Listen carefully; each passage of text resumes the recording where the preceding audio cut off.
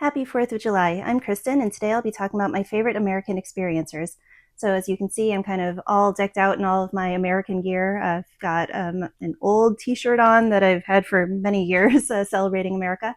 And I'll kind of dig right into my favorite stories of abductees, contactees, people that have just had a lot of different types of paranormal contact. So to kind of start off on a fun note, I'll talk about Joe Simonton. So he was a retired plumber from Wisconsin, and he is notorious for being given pancakes in 1961 by non-human intelligence. So essentially his stories began, it was one morning, I believe he had just eaten breakfast or was making breakfast, and there was like essentially like a flying saucer that came down and landed like on his property. And when a small being, I don't believe he ever described like what the face looked like or anything like that, but the small being wearing like a tight like jumpsuit, like a jersey jumpsuit, it came down and it was carrying like a pitcher and seemed to suggest that it wanted water. And so he, even though this was absolutely startling and shocking, and any other person might be like running away upon this happening, he went and he filled the pitcher up with water and gave it back. And he said that there was another kind of like little being behind the one that wanted the water that seemed to be cooking something on a flat top. He said that there was no flames, but it was like smoking. And so he kind of like gestured like what is that, or can I, like something like to that extent about like what's essentially going on over there. He said these beings weren't speaking, and he was trying to make conversation because it was just silent. And he said that like one of them just picked up a handful of like these little pancakes that were essentially being made on this griddle and handed it over to him. And so he said it was like burning hot, just came off of like the stovetop, and he said it was like absolutely horrible tasting.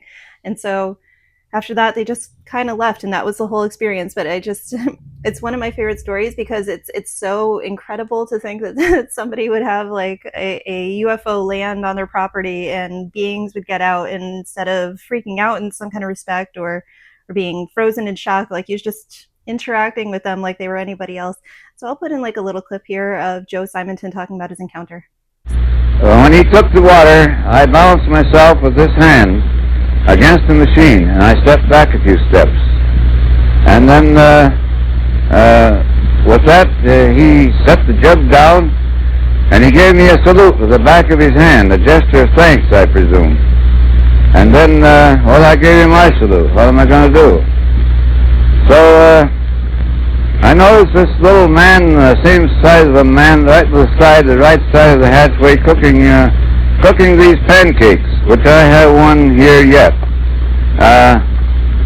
He was frying these pancakes, and I pointed to him and made a gesture like eating. I thought maybe I'd get a conversation out of him. Nobody was saying anything. But he didn't say a word. He just reached over and he got a handful of them, four of them, and he handed them down to me. And they were hot and greasy. And this man cooking these pancakes, it was on a square grill-like concern. I couldn't see any flame, but it seemed to be very hot. There was smoke coming from it. And if that was their food, God help them, because I took a bite of one of them and it tasted like a piece of cardboard. And if that's what they lived on, no wonder they're small. And with that, he reached up and he closed his hatch with a heavy stud click like when it latched. And you couldn't a bit more see where that hatch was, and you could see a hole in my hand. Okay, and then my favorite American abductee story is that of Travis Walton. So when I was a kid, I was a huge fan of the Fire in the Sky movie. I knew that it was kind of based on a true story, but I didn't know how much of it was true, how much of it wasn't. But if you're familiar with Travis Walton's story, he was abducted November 1975 from the Apache Sitgreaves National Forest in Arizona. So his story is kind of notorious for having witnesses. And so he was out in the forest with a logging crew. There were 5 other men with him, and there was a UFO kind of just hovering in the sky, and there was a beam of light that was coming down. And so Travis ended up getting out of his truck, and he went over to the beam of light and essentially like got hurt by it. And all of the other men that were with him kind of like freaked out and they drove away. And so they were gone for 15 minutes before they were like screaming at each other, like, we need to go back and get Travis. And when they came back, he was gone. And for all purposes for everybody that knew him and what was going on. He was gone, and he was on craft for like 5 days before he was returned to a phone booth. So Travis Walton's story is absolutely amazing. He talks about being on craft, being brought on craft, and kind of being laid out on a table, and he was kind of paralyzed and he couldn't breathe well. But he felt that he was being healed by these beings because he had inadvertently gotten himself injured by the beam of light and by radiation, and they were trying to like fix him up before they put him back. Um, and there was even a story that he told about like at one point like kind of like getting away from like that kind of medical room, and he was able to find an area where he had like a broad view of space, and he was like touching controls and he didn't know what he was doing, and he seemed like he was like zoomed way far away out into God knows where in like the our galaxy, or I don't know, very, very crazy story. And so even though he is a kind of man of few words in interviews, his story is absolutely, again, amazing because he had this happen to him, and he has witnesses that say that they saw the same craft that he saw, and they saw him getting hit and being injured, and they took polygraph tests and they were not lying. There is some kind of pushback that's been happening more recently. One of the other logging crewmen that was with Travis said like, oh, that didn't happen. And then like now he's come back and retracted it. But again, in this age of disclosure and then whistleblowers being penalized and certain people going missing, it almost seems like the person that had been with Travis, one of the other crew members, that kind of said that that didn't happen, and then said like, oh, like I'm actually going to apologize now to Travis for kind of disregarding his story. It seemed like there was maybe some pushback upon him, and maybe even to the other crew members, to get him to say that like this never actually happened, but it did. So just an absolutely crazy story. So I'll put in a little clip of Travis here. We stopped the truck and I got out, went up to it for a closer look. I thought that this thing was just going to shoot right off, and then, I hurried towards it thinking, it'll be gone before I even get close enough to see it that well. But it didn't leave. It started to move and the sound got louder. So I jumped down behind the end of a log there, and I decided I better get out of there. And I raised up, turned to go, and at that instant I just felt a numbing shock. I blacked out. One of the truck said they saw a beam of energy come out of the craft and hit me in the upper body, knocked me through the air. When I regained consciousness, I was on board the craft, apparently. I stopped, went in this room. It was a very strange room. You could see the stars projected on the walls, or maybe you could see them through maybe some kind of a viewing screen or something. I don't know. But there was a chair in the middle of this room that had some controls on it, and I went up to that and tried to see if I could figure a way to open a door or get out of there or something. Another being came in at that point. The first creatures that I saw were very, very different from us. They were short, less than 5 feet in height. They had large, bulging craniums, kind of a chalky white look to their appearance, very large eyes. He took me out of that room that this was parked in, down a hallway to a smaller room where there were some other people like him, and they put me down on a table, and I struggled with him, and I was knocked out, made unconscious with a kind of an oxygen mask-like device. And the next thing I know, I wake up on the road. Okay, and then my favorite modern NDE near-death experience story, or near-death experiencer, is Vinnie Tolman. And so he has been on a lot of podcasts over the past few years, and his story really stands out to me just because of the extent of information that he was given and like kind of provability that he was given about his near-death experience. So at the time that Vinnie passed away, let's see, he was in a Utah Dairy Queen in January 2003 when he ended up overdosing from a supplement. So I guess him and his friend were bodybuilders, and they had some supplement that they had ordered from overseas, and they just took way too much because they couldn't read the writing on the bag to see how much they should be taking, and completely they overdosed. And so when his friend overdosed, the ambulance came immediately, took him to the hospital. Nobody knew that Vinny was in the bathroom at this Dairy Queen, also overdosing and dying. And so he was left there for a pretty long amount of time before somebody discovered that he was in there and was essentially dead. And so his story begins with kind of seeing this glowing light coming around the up and coming ambulance worker, and as he was praying for Vinny. And so at the time he was looking down, he didn't know what was going on. He didn't know he was looking at his own body. He's like, well, I'm in my body right now, so how could that be me that I'm looking at? And just didn't understand.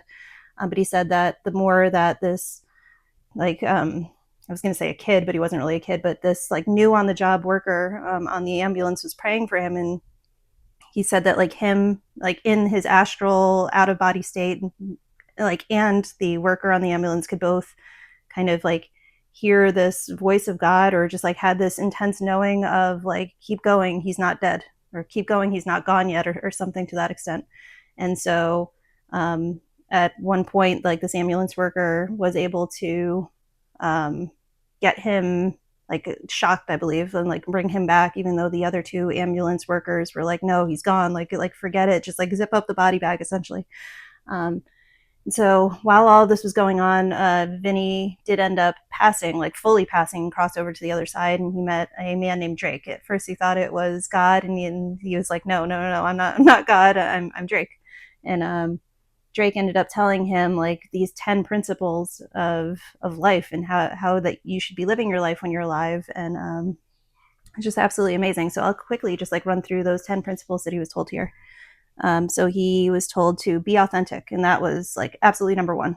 You have to be yourself. Don't try to mimic anybody else. Don't try to be anybody else. And he really stressed that it is more important to be authentic than to be loving or to love. And so when Drake was asking Vinny, it's well, what do you think the most important part of being alive is? And he was to love, of course. And Drake just kind of laughed at him and was no, that's not it. It's being authentic. And so number 2 is of his principles is understand the purpose of life. 3 is love everyone. So love is important. It's just not number 1 on the list. Number 4 is listen to your inner voice. Number 5 is use technology responsibly. Number 6 is release prejudice. Number 7 is exercise the power of creation.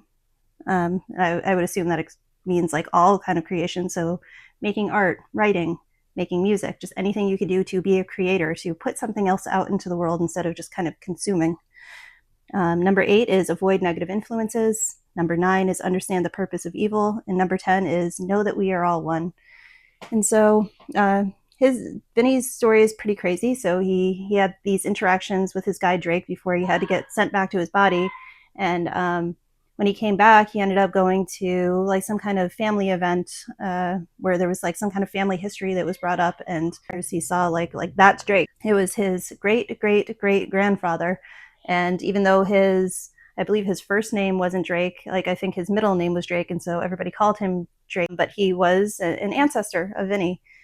And another kind of small part of Vinny's story that I really liked is that he talked about seeing water on the other side, and he was talking about how when all elements are alive, so obviously when people think of nature, they think of plants are alive, things that grow are alive, but he said that that's not all. He was anything that is of this world, that is in nature, rocks and water, he said they're alive. And he said that he could literally feel and he gave permission for water to kind of move up upon him, and to kind of bring him contentment and peace and healing and all of this.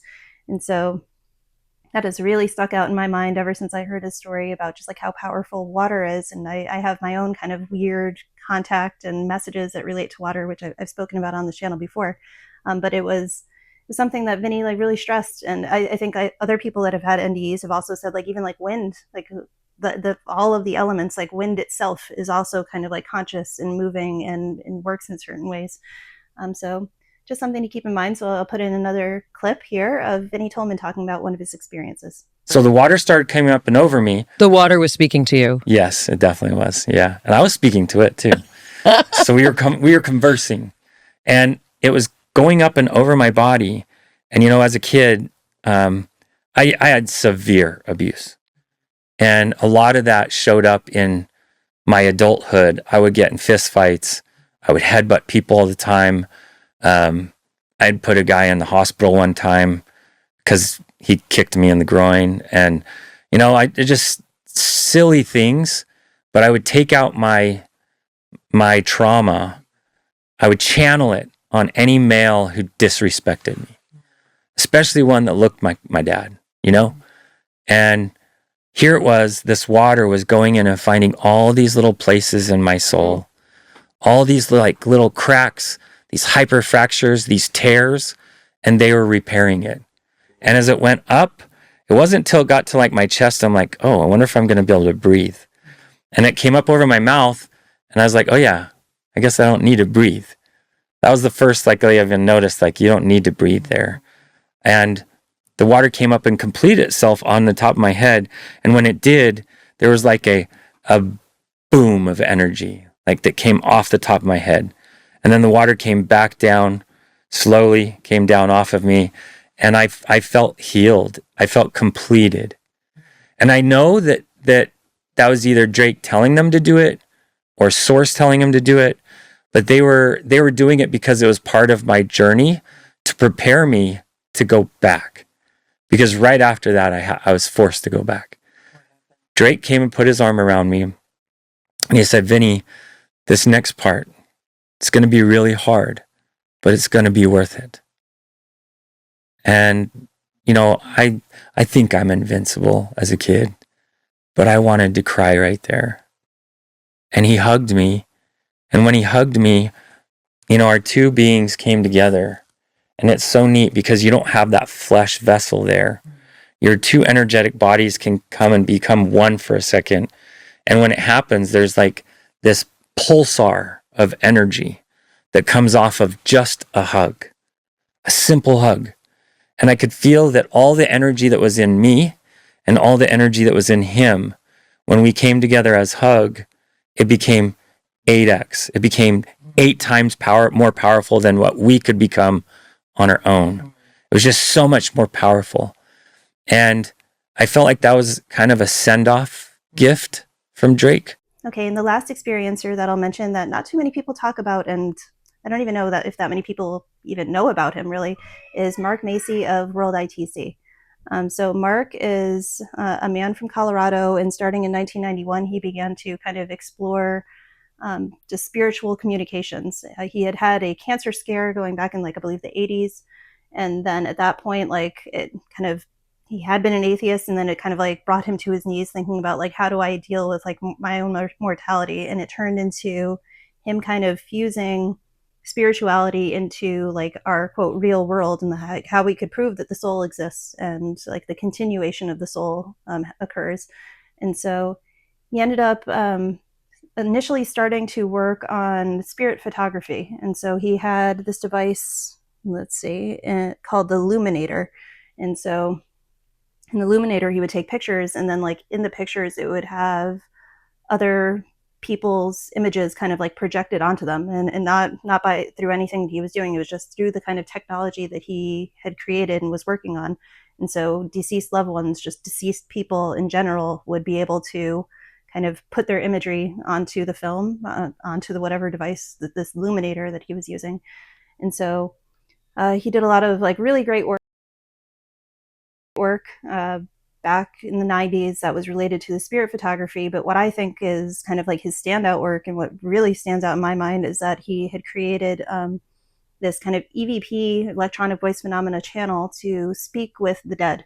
And so typically when you hear EVPs, it's just a kind of whispered, raspy, hard to hear, garbled, hard to make out, kind of a short word or a very short phrase. Or in this day and age, a lot of people use spirit boxes, where it's just essentially white noise flipping through radio stations, and then spirit can use certain phrases or sounds that are stopped in the white noise of the radio in order to get a message across. But again, it's all very jumbled. It's very chaotic and crazy. And so even in this day and age of people using that kind of technology, it's amazing to think of the kind of EVP work that Mark Macy was doing decades ago at this point. And so he was able to build some type of device where he could have back and forth conversations like in real time with the dead. And so his most notorious kind of work was with Konstantin Rodiva, and I hope I'm pronouncing this right, Konstantin Rodiva. But he was a Latvian psychologist, and he was a pioneer of EVP research, and even though he passed away in 1974. And so just very clearly showing that even in death, people continue their missions, they continue working, they keep on trying to kind of help people that are here.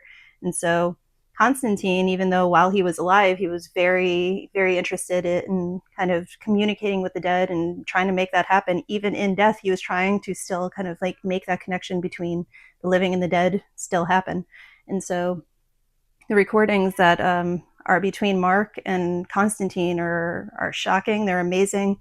And since he did that work of communicating with Constantine back and forth, again, many years after Constantine's death, other people have been able to sort of recreate his work that work in the EVP research field. So in other locations, other people kind of recreating the work that Mark Macy has done with EVPs. They've also been able to bring Konstantin Rodive through and have conversations with him about like what's going on or things that are happening. And so again, I believe that Mark has really flown under the radar. A lot more people should be focusing on him and talking to him about the kind of work that he's done, because it's astounding. So you can go to worlditc.org and kind of see some of his spirit photography. You can hear the conversations between Mark and Constantine, and I'll even just put in a short audio piece up now, kind of like just like how amazing these EVPs are.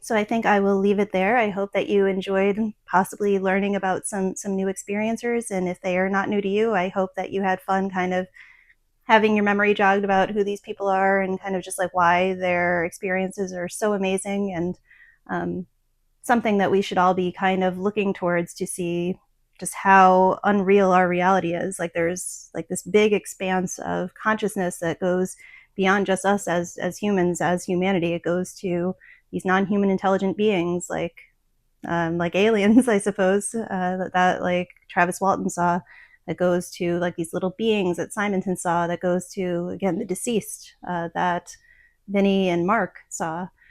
There's just so much beyond our capability to just see with our normal, waking, everyday, naked eyes. And it's worth thinking about the fact that it is all there. It's all around us. We're just typically not tapping into it all the time. So I hope you had a good time today watching this, and happy 4th of July again. Bye-bye.